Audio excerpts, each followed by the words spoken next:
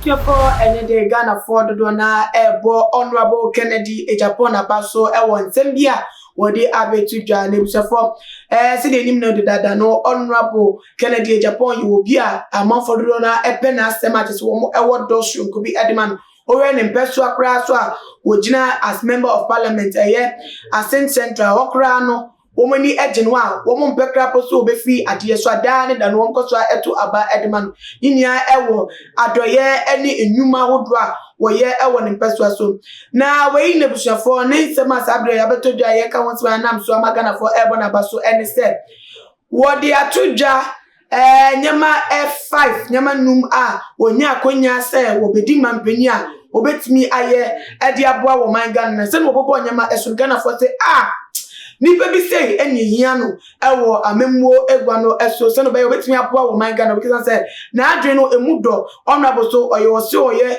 oka asema odi so eye ne sa pepe ntina se bibia chese se onya konya ne kwade a enyema no oka no obetimi ade ato akwemu amana be ye adwuma enyema obobo so no de di kan ene se ba ne se wo benyama mpani dibia no edi ewo man Ghana mu dia ene tourism sa wo ba wo man yimu na tese wo ye faso ede enye sika kakra ade aba o man nu dwaro behwe amatese na ho de dondo na wo de ra wo sanse ne ade a edi kan e ne ni swade hunu a wo hunu se bebo o man Ghana kra esin koko ana se sika kokko na ebiem so no de to so mienu ene se wo se onya akwanya no abaye mampani o man Ghana mu a wo mfa ho se na memmuo mu no ni nua bi wo mu na dafo bi wo mu wono anasim ba ewo mu anakrapo ne maame kra ewo mu bi se wo fom na ebeto nanim anana suti bi anakrapo no what ese eyekoko nsakra pa wachire udibie omma wo kwan ema wo nto aso megu nanim ase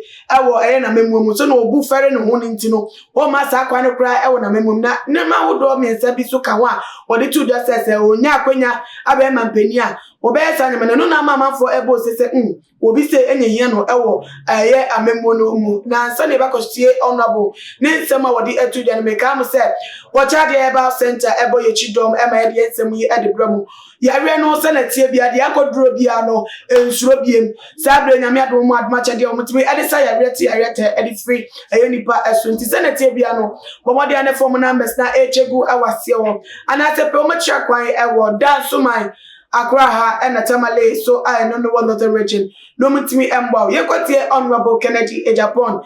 Ne 5 things I obey ewana memum so nya konya adi bedi mampenya. Ye kotie mrasisia. Come.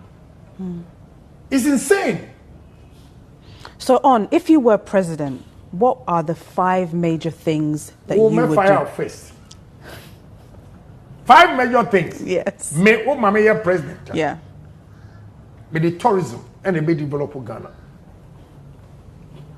Me, I have watched closely, carefully, all successive governments, with the exception of Nana and what tries to say Bibi Kakra with this year of return. Yeah.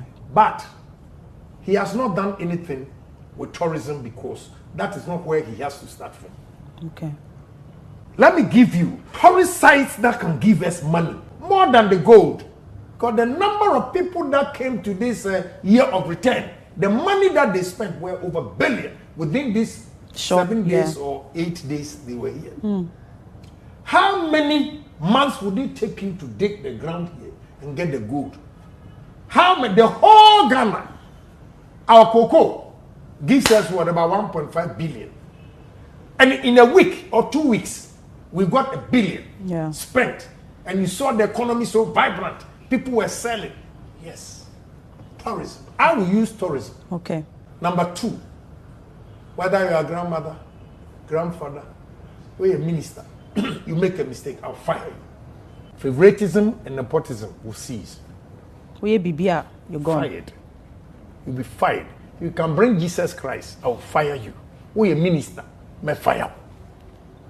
To set example for those who will succeed you. That even Mr. A, who used to be a good friend of Ken, has been fired for doing the wrong thing. It sends a signal to those subordinates. 3, interest rate. Wherever we are going to make interest rate attractive to businesses, So it's industries. Yeah. Industrialization. Industrialization will go on when interest rates are low. Yeah. Interest rates in this country, no president will come and succeed without this interest rate going down. Ridiculous, 26%. Agric bank is saying 26%. Commercial bank is saying personal loan 23%. We are not going to succeed. 4, agriculture. We talk of agric. We need large-scale farmers in this country. Whether we like it or not, advanced countries, as rich as they are, they subsidize their farmers. That is why rice are being imported into this country cheaper than the locally produced rice. 5 is technology. Okay. Technology. We cannot do away with technology. Those are the 5 things Yes. that you would concentrate on And move this country. for your 4 years. Yes. But is 4 years enough? Yeah, 4 years is enough because look at what President Akufo-Addo did with this, diasporians, year of returns, yeah. diasporians coming in. How long did it take you guys to do it? Oh, months. But yeah. we lay the foundation, and what you do in 4 years will give you a mandate for the next. Okay? Okay. I'm sorry you are leaving. If not, I would like explain tourism, what you can do to make money. First, my first tourist site to attract people is Elimina and Cape Coast Castle. Okay.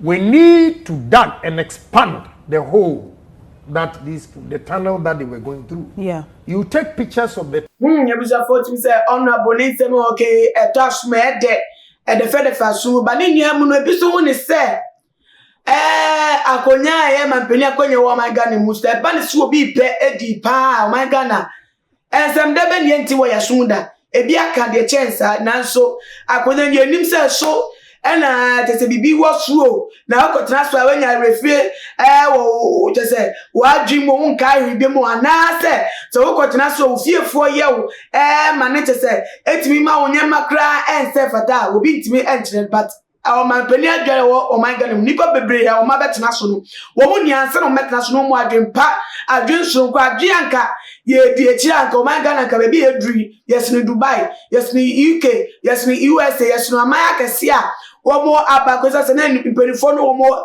etisu se no womo eba no mo ni so ade ho akase na nso obetra akonya no na kwete de yasa ne fofura ne yemu gye no krokro ohun de oye no ohun bebi a wo fa enisu ai ne tetenti womo se ono abone nsem no to asoma ede na nso ehun bi pe yo ehun bi penti ebusefo se na aircon na Ghana for air company ndiemu no ono aboso ya hwe no yehunu e wo ma Ghana mu se na asem no wodi tu dwa no wo kire mu kosie no wo hwa ono abo nya akonya we ya wo betime di ne nsem no so wo no ane background no otime atunu aso e wo kwan bi so na mafo hu ni se di do hyedo se eja obe sa nti e ba ne se wo nya mapeni di be na obetime ejina pinti chese edi anwode ni elusade hu eda nanim so ayedwuma anase ono so betime akoye akonya no problem yi bia chese manipa drinks sane bia na ni mu no meja akonya yi edi ama o se senate bia no for agentre etsom ye awe comment section